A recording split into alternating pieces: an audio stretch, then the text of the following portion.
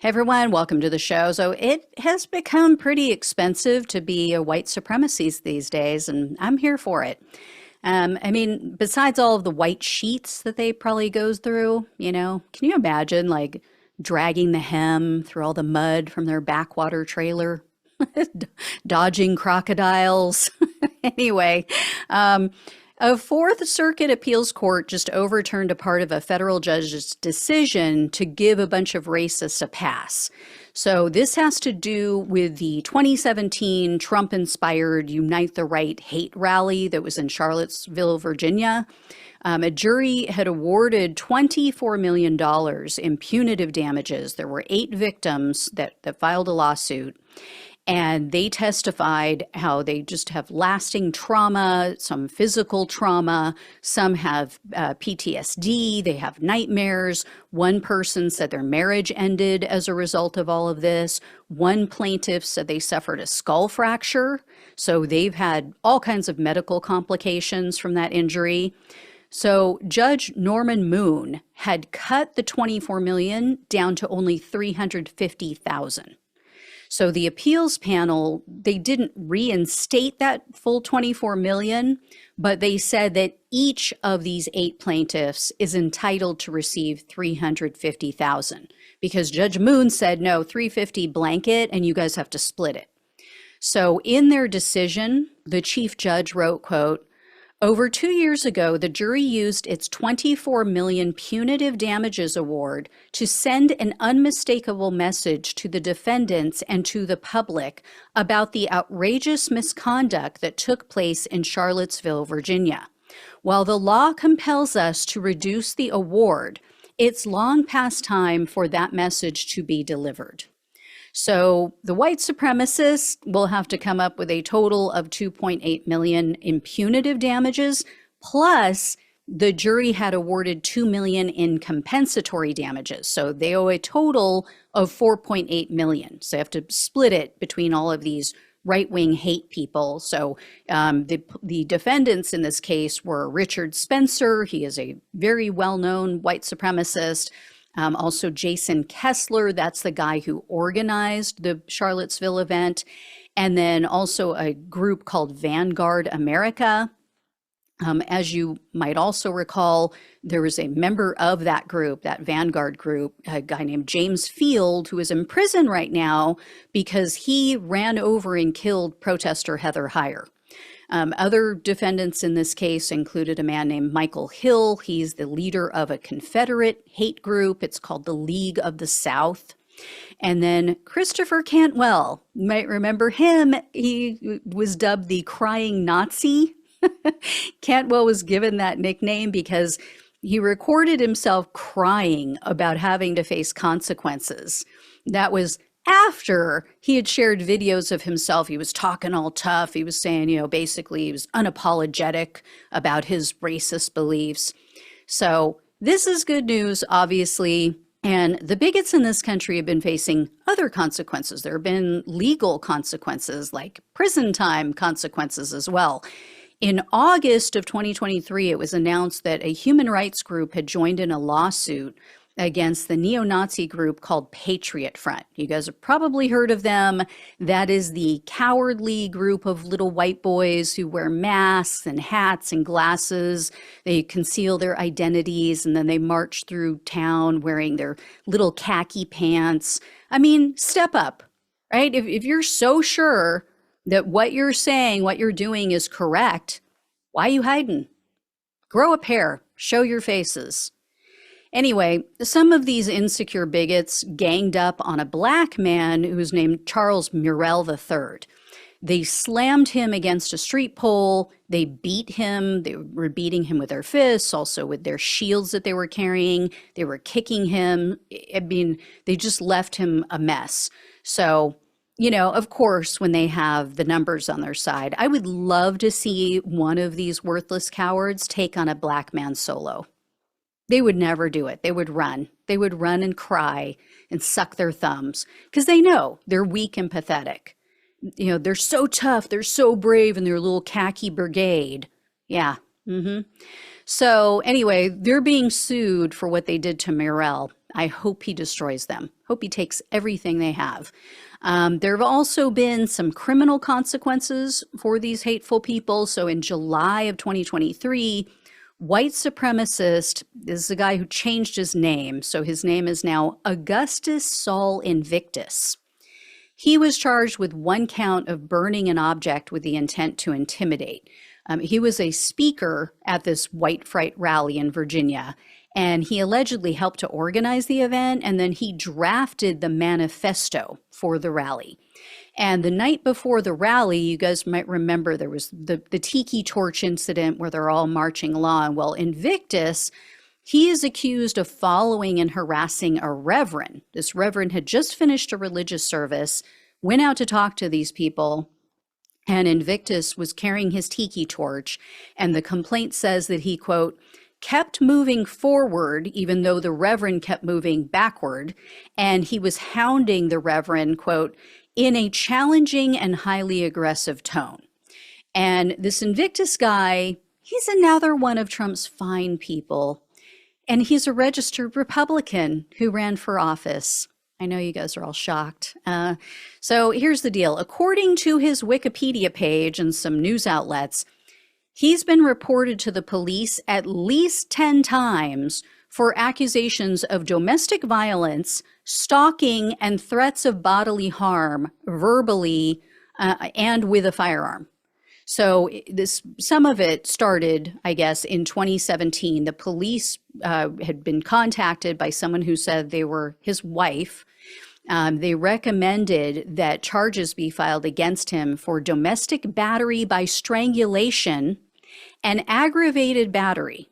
So the alleged victim, or excuse me, this was the incident with his ex-fiancée. She then refused to cooperate.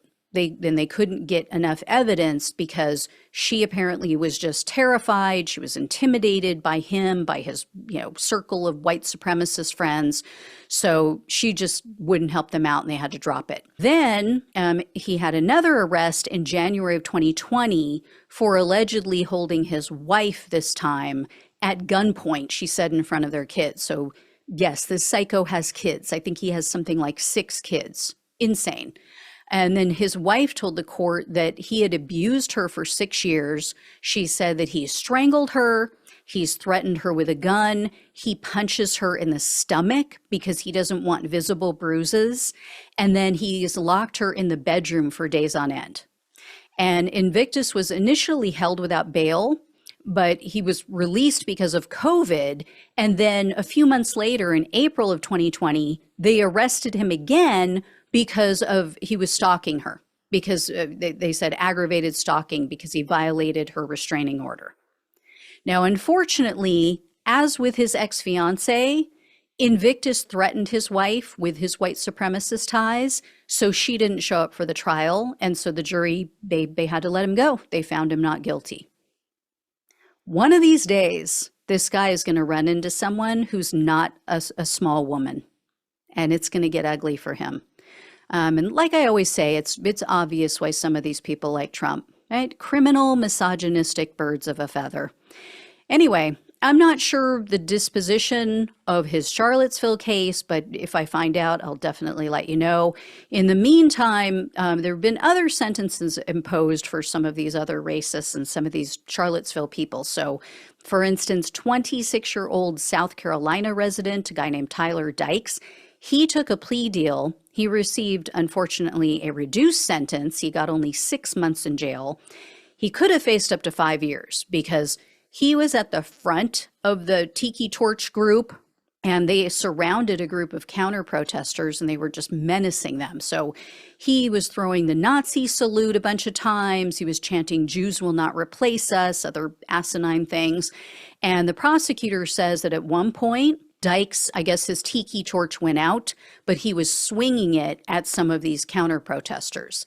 And even after he was arrested for Charlottesville, he was out putting out swastika stickers in his state. So not enough time for this scum, but better than, some of these sentences. Apparently, there was a Texas man named Colton Fears. He also took part in the Charlottesville rally, but his charge had to do with something else. Apparently, he was involved in a shooting. There was a white supremacist rally down in Florida. Shocking, I know. And so Fears was driving the vehicle. He was in the car. His passenger, I guess they got surrounded by counter protesters. So his passenger did, what you do in Florida. He pulled out a gun. He starts shooting at the counter protesters. Now, luckily, no one was killed, no one was injured, but Fears was sentenced to 5 years for being an accessory to attempted murder. Unfortunately, the Texas judge, he dropped it down to time served. So basically just over a month. This guy, at least he says that he denounces his previous white supremacist beliefs. Hopefully he means it. I'm not, counting on it. And then another Charlottesville racist named Teddy Von Nukem, he took his own life. Von Nukem is the man that you see in the center of this photo on your screen. He is in the black shirt. For those on the podcast, this is an article. It shows a photo from the Charlottesville rally, and he's in the center with a tiki torch. So he was being prosecuted, but not for what happened in Charlottesville. He was being prosecuted for smuggling fentanyl into the United States from Mexico. And isn't it ironic, don't you think? I mean, this is all they bitch about, right? All the fentanyl coming across the border. Here you go. Here's who's bringing it. Anyway, so Nukem apparently was a no-show for the first day of his trial for this whole fentanyl thing. And then his wife reported that she found him deceased. And he also had kids, had a bunch of kids. And this is one of the guys. He was accused of being one of the people who beat the hell out of a black man named DeAndre Harris. You guys might remember this.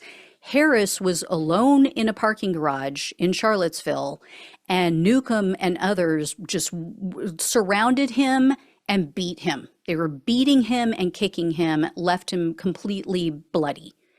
And Nukem bragged about it. He sent text messages to another white supremacist who was later arrested, and so they got a hold of his text messages, but he's bragging about this. 5-on-1, 6-on-1. Like I said, they're all freaking cowards. So here's the thing. The other day I explained why, in my opinion, as someone who has a lot of black friends, who hears all their stories, who, knows, and also from a perspective of a little white woman with blonde hair and green eyes who other white people will make racist comments to because they just assume that I'm a piece of shit like they are. Yeah, I have experience hearing it from my black friends and then hearing the shit that white people say when they don't think that they're going to get called out. And trust me, they do.